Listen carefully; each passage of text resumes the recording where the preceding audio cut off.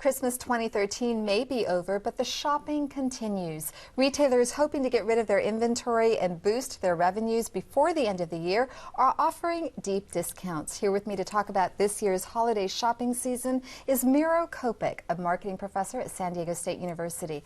So welcome to the program. Thank you, Mita. Sales were not as strong as hoped. Black Friday, the day after Thanksgiving, which is supposed to kick off the holiday season, was not as robust as expected, and nor was Super Saturday, the last weekend before Christmas. What does this say about consumer confidence?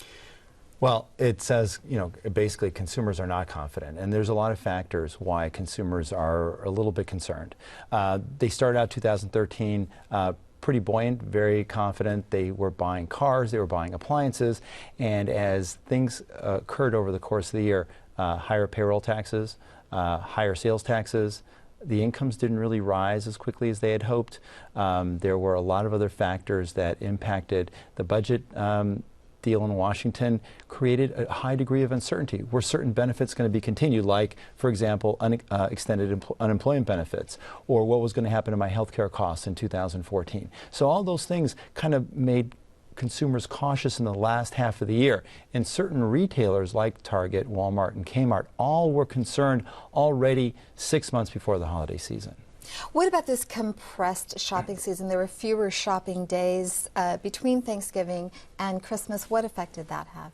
It certainly has an effect, because it really means that Black Friday has to come off very, very quickly. They were hoping for 5%, 6%, 7% sales increases, and they didn't get it. They had more shoppers in the stores that weekend, but fewer sales. And every week since Black Friday weekend saw a decrease in traffic in the store. So you would think in a compressed holiday season, you'd have more traffic and more sales in the intervening weeks because you have fewer days. But that didn't happen. So today is the day after Christmas. Retailers have slashed their prices dramatically. How much ground do you expect them to recover? That's hard to say. However, they've been slashing their prices since November. The discounts this season have been the biggest discounts since 2009. They're seeing discounts on average 40 to 80%, depending on the type of retailer, from apparel retailers to electronics retailers. And this really is a last-ditch effort by retailers. They're open as early as they were during the busiest shopping days of the year, so 5 a.m. this morning for a Walmart or a Kohl's, 6 a.m. for Macy's, 7 a.m. for Sears.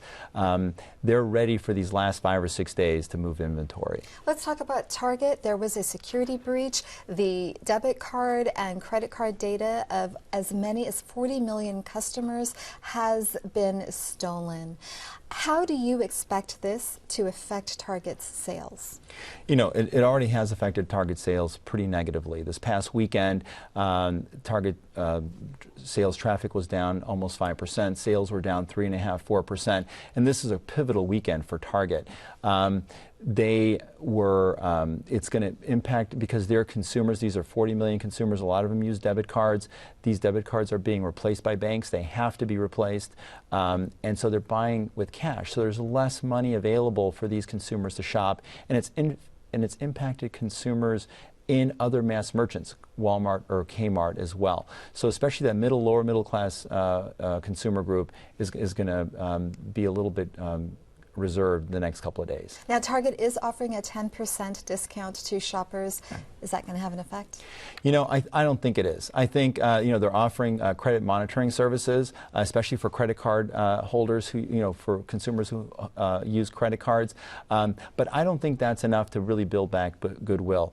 They really need to kind of step that up in order to kind of regain that momentum, because if it carries off into the new year as well, it's going to hurt not only their fourth quarter sales, but it's going to hurt their first quarter sales. Very quickly, did Target wait too long before it notified consumers of the breach? It's hard to say, because they don't want to say something and then have to go back and make the circumstance even worse. So if they said, well, there's some breaches, it's going to invite a lot of inquiry, and then if they have to say the scope is 40 million and they're not ready to say that, that's going to really hurt consumer confidence overall in the longer term. So I think they did what was necessary. They had to notify the attorneys general. They have to really kind of understand the scope to be able to say, how am I going to respond and how serious is this issue? Miro Kopec, San Diego State University marketing professor, thanks for coming on the program. Thank you.